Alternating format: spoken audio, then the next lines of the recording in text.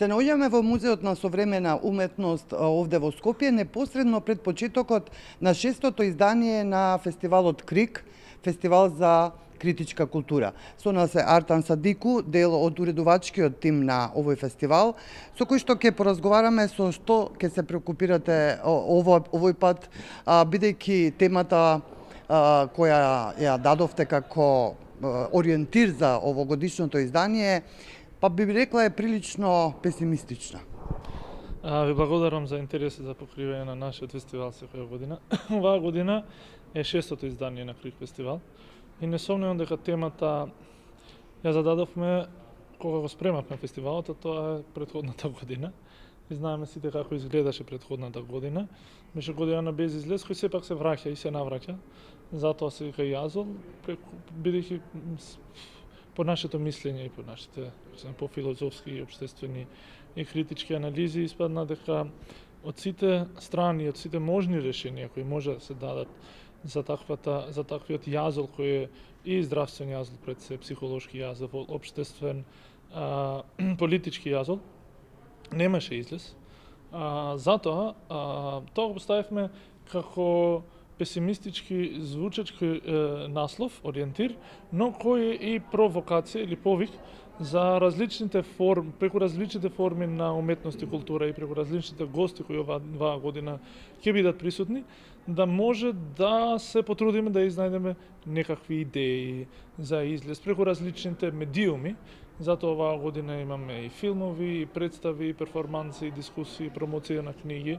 Значи програмата која сега сме ја објавиле се однесува на месец септември, но поради комплицираноста и на ситуацијата, таа програма најверојатно може и ќе се дополни со други гости со кои се уште сме во разговори, но нивното доаѓање во Скопје се комплицира поради утежнување на условите за патување од Европа и од другите земји, кон Македонија и назад.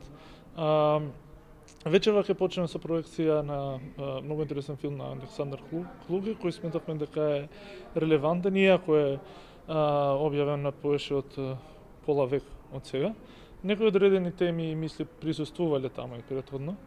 Утре ќе имаме интересна дискусија со Катерин Малабу, која е една од поважните интересни филозофкињи од денешницата, и задутре се заокружува рецимо првиот дел на месецот со Епси Томишич, каде ќе имаме и промоција на неговата поетска драматургија, која се вика Your Love is King, која преведовме за овој фестивал на македонски јазик.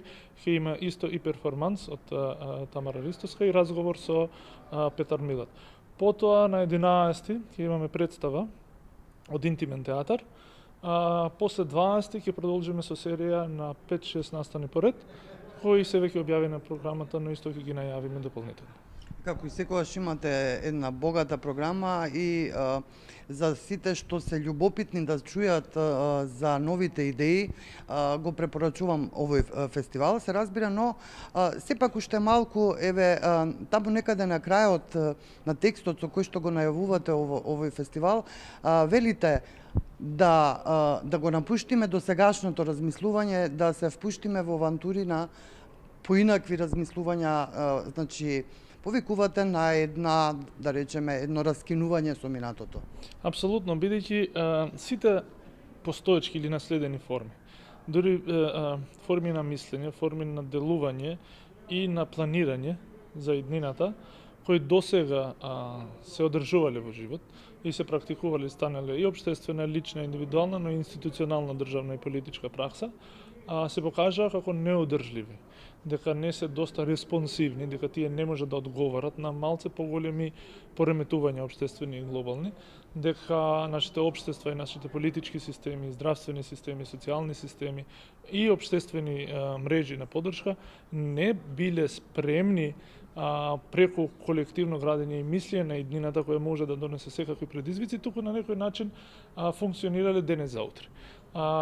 Токму затоа тие теории и мисли и политичките идеи кои владееле до денес се соочиле со ѕид. Тој ѕид секогаш мора да се премести или да се прескокне и преку теорија и преку општествена пракса.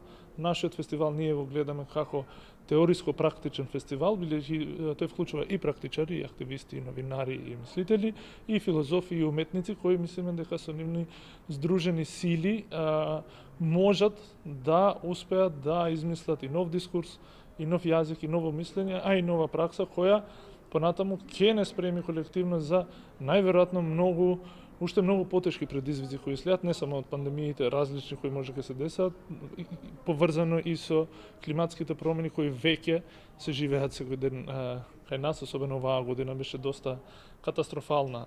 Рецимо последниот фестивал најверојатно ќе биде ќе го адресира и тоа прашање. Нажалост,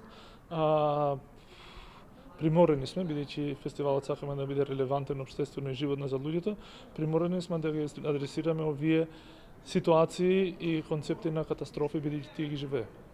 Благодарам многу и ви посакувам убаво издание на овој фестивал. Благодарам и на вас.